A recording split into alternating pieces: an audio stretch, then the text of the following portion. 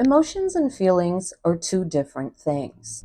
These words are often used interchangeably, but there is an important difference. Emotions are like signals that let us know that something is going on with us, and feelings are the way that we react to those signals. People often get the two confused because we feel emotions often as physical sensations in our body. So things we feel can be considered feelings.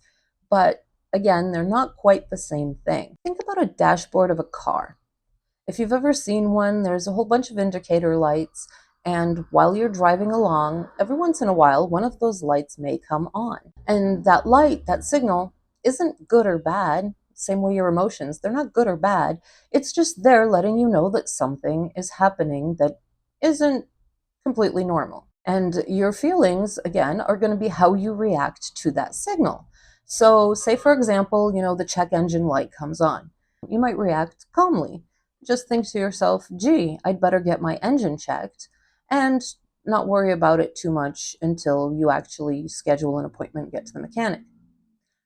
Or you can react in a completely different way.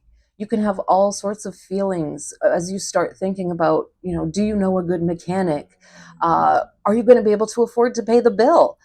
Those types of thoughts can lead you to feeling completely differently about that signal.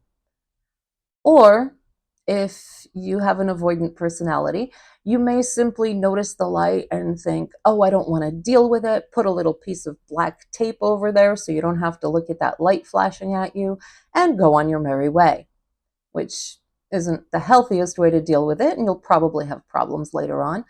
But it is a coping mechanism that some people use. So these are different ways that people can react to the same signal, to the same emotion. When you know what the signal means, you can often find a way to react to it appropriately.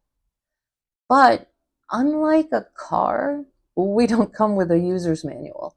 And sometimes those signals, although we have them, we're not quite sure where they're coming from or what they mean.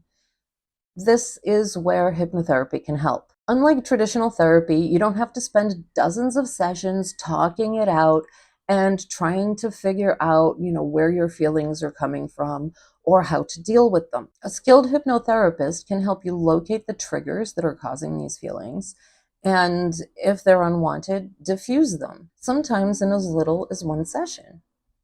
Although usually it does take more depending on the extent of the damage. After all, if your check engine light simply means that there's not enough water in the radiator and it's overheating, then it's a quick fix.